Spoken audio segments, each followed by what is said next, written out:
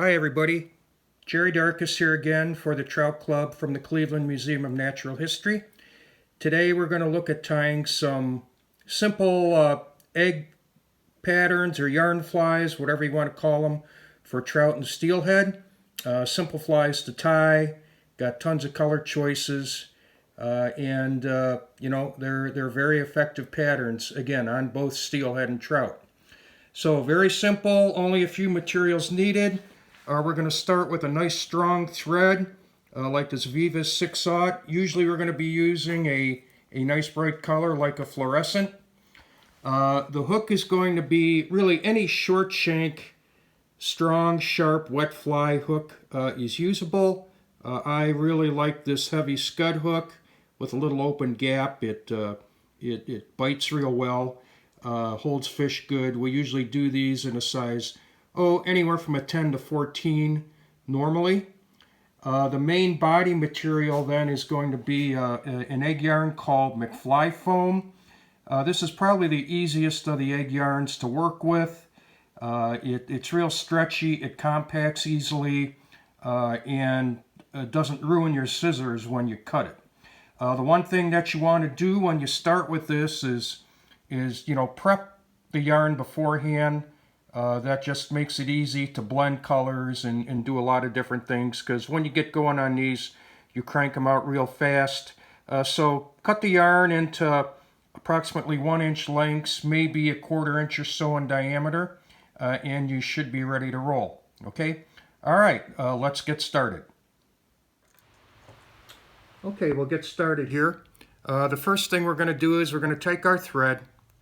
We're going to start it just in front of the halfway point on the hook shank. Don't need to make it real wide, just make sure it's locked in good. Trim away the excess. On size 10 and 12 hooks, you probably want to use like 3 clumps of the yarn that you pre-cut. This color is called Oregon cheese. It's a real popular color, seems to work all the time. Depending on water conditions and stuff. We're going to lay those on top of the hook shank and just bind it down, slowly increasing tension so that it's locked on the top of the hook.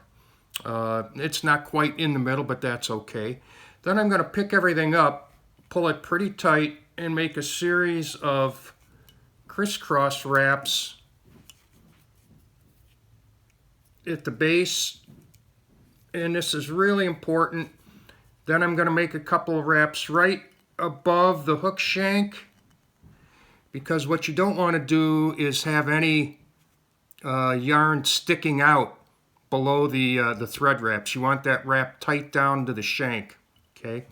Then you can move it in front of the yarn, do your whip finish. 3-4 wraps, trim that, and then trimming the yarn. Again, this is an important part of it. You want to pull that tight, almost like you're trying to lift everything right off the table, and just a little bit above the shank, maybe somewhere between 1/8 and 1/4 inch. You're going to give that a straight cut, and it goes into a nice round shape. Don't try and cut it curved or anything. Don't worry about it. I don't worry about trying to get any yarn on the bottom or anything. I want that gap open to hook fish.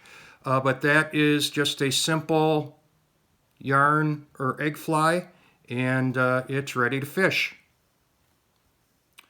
You know, one thing about these egg patterns, whether we call them glow bugs, yarn flies, whatever. Depending on where you're at and time of year, you're really not imitating eggs at all. Yes, if there's, salmon in the rivers or something else spawning and the trout are eating the eggs, then you are imitating, specifically eggs. But in a lot of cases, we're just putting color in the water. And we know trout and steelhead, can get very color conscious.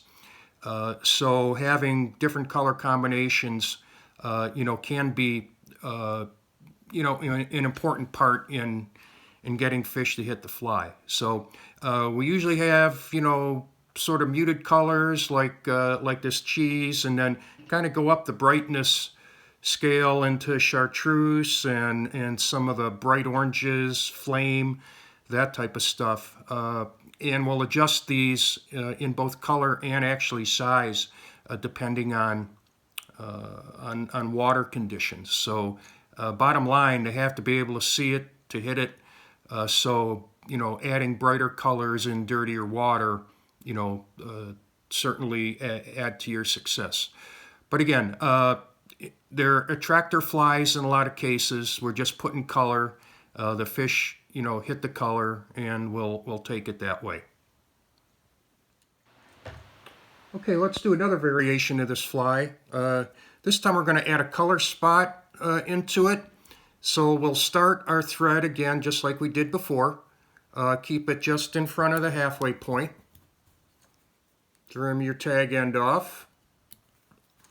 Here I'm going to use chartreuse yarn this time. This combination I'm going to tie is real popular. So first thing we're going to do is I've got basically like 2 clumps of chartreuse that I'm going to secure onto the top of the hook shank. Again, a couple nice tight wraps, just make sure it doesn't roll around to the side. And then I have a nice contrasting color. This is Steelhead orange. We're going to add that in, lash that in tight, and to really make the color spot really, tight and dense, I'm just going to pull that and lock that yarn back that way. Now we're going to do our crisscross wraps. Again, the whole idea here is to keep this yarn as tight to the hook shank as possible. And really this base wrap right above the hook shank is really the key to it. And we're going to whip finish in front of the yarn again, 4 or 5 wraps, or you could do do that a couple times if you want. Make sure that's good and tight.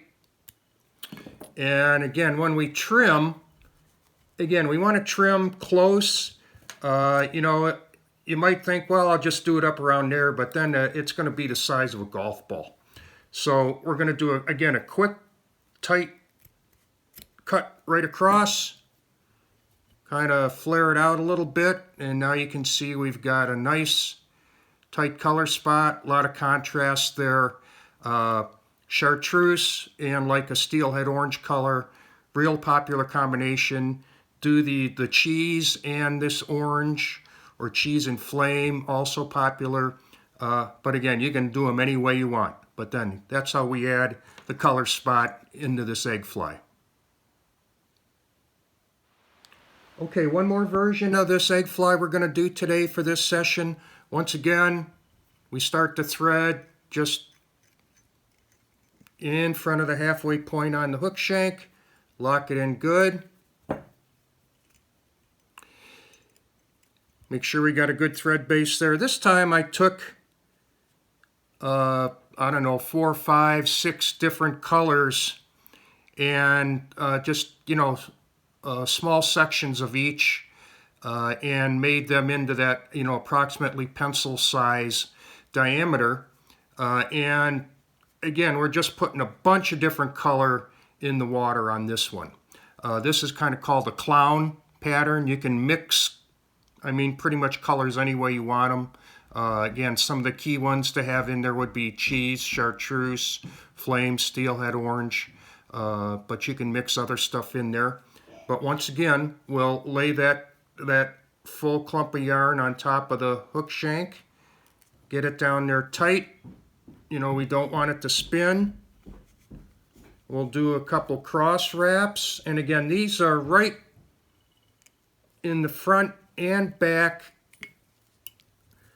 of the clump, and then our wraps parallel to the tying surface or just above the hook shank several times. Again, making sure that none of the yarn is sticking out.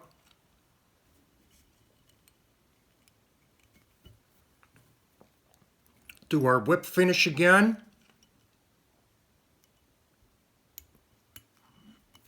Okay, we can throw another wrap in there. Okay.